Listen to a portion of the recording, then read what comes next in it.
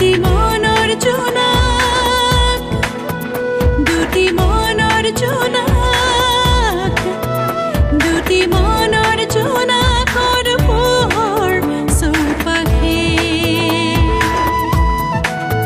শৰতৰ শেৱালিৰ সুবাসে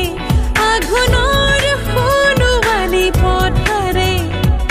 ৰিঙিয়াই মাতে সাক্ষী হৈ থাকে সখী আমি প্ৰাণৰে জীৱনৰ